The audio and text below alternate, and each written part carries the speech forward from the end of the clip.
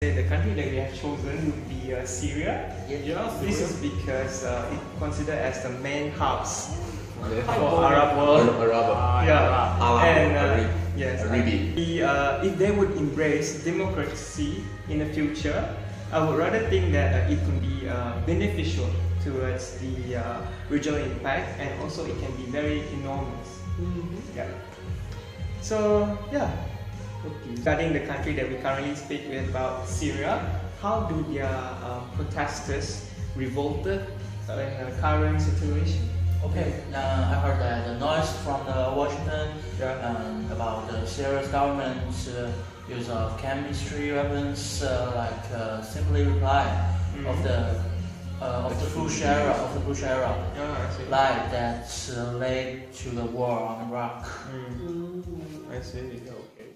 But through these 2 years, the Syrian people have risen up against the government, against the Syria's president called Bashar, and 40 years rule of his whole family. I see. Yeah, I think I can support what you said. That in actual terms, right? It's normally based on the involvement of the country, such as Syria itself that we are talking about. And upon this international point of view, I would rather think having an aspiring uprising situation, and where this uprising situation is normally based itself on the President Bashar al-Assad and his regime, right? Don't you think so? Yeah, but I think as you guys can tell, right? Yeah, the US in imperialism in the Middle East, the state, the US and NATO are fueling civil war in Syria. In Syria, but arming, by arming the rebels. So basically, the Assad, Assad region use mechanical weapons, as a fig leaf for foreign intervention.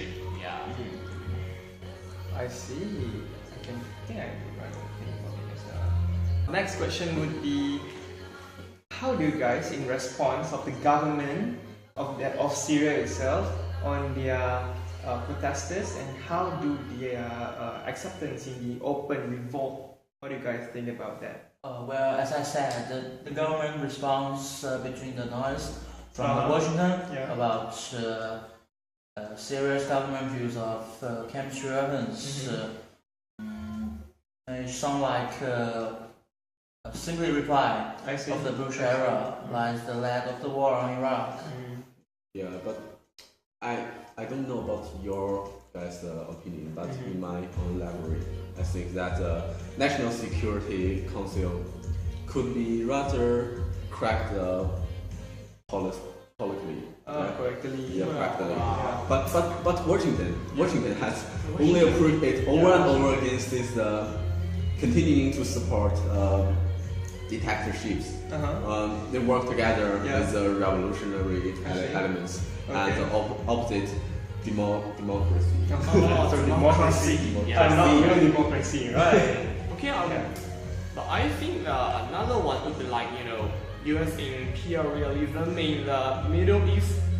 We can say, I think, rather fascinating because ever since a step back in the history, like approximately 1958. Oh, is it? 1958? Yeah, I think so. Yeah, we can see that how the Arabs view the US imperialism at that time. So at that time, I see.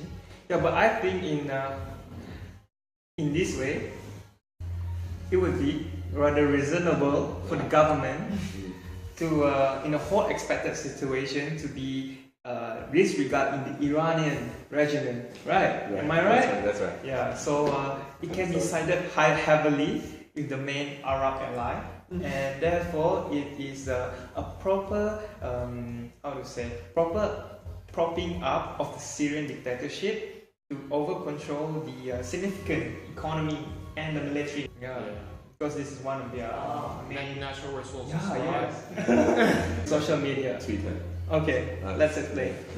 The most popular Twitter hashtags Weibo also have hashtags. Hashtag everywhere. Yeah, and in Arabian region, in the first 3 months of this year, there actually is hashtags Egypt, hashtags Libya, hashtags Bahrain, hashtags Syria. Oh, I see. There's so much hashtag in Arab countries. And another thing would be it's all and on of it would be Facebook. I think, and Facebook ended up coming live on the streets. I see. So you can talk. Oh, you can know anything on the street like that, right? Yeah, of course. Yeah. Personally, I think in spite of using the social networking sites, activities organized the publicized, on the unprecedented protester that gave rise on such so-called Arab Spring. Arab Spring. I see. So I think I can say this way that the social media can be done in such a modern way that we guys use nowadays to spread news on these current related issues about war and regimes and whatever not. Yeah, and therefore I really think that social media is indeed can escalate news in a faster way. Yeah, with a blink of an eye. definitely. Yeah, That's right. That's true. So Mammals, how do you have the human rights protester been violated? How do you, what's your ideas? Okay, as a mammal myself, I would think that as what I've read in a previous CNN article that in the August of last year, which is around summer 2013, that a suburb in Syria has been bombed by these chemical weapons, and it is being called. It shouldn't be used. I know it is, and therefore this place, Damascus, it's a suburb in Syria itself, has been bombed drastically, and I quoted in what their article says that one of many horror in the civil war where it is filled with countless of crimes against humanity, right? That's horrible. Yeah. Actually, there are more than 100,000 people have been killed. Wow. 100,000 is it? At first I think 10,000, but I saw on my phone it's 100,000 Oh, wow. have been killed in Syria, Extended, and because of the war. Really horrible. Very horrible indeed. So the Britain based Syria's Observatory of Human Rights struggle between its government and protesters are normally being able to really protect their citizens in all situations. Yeah.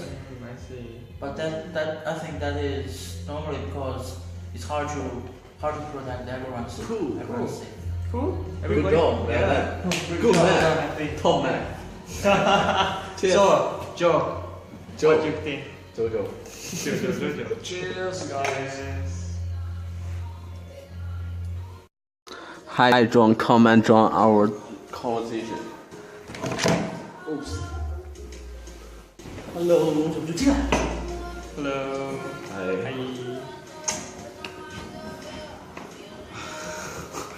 So let's start. Okay, shall we begin? You finish the food or you full?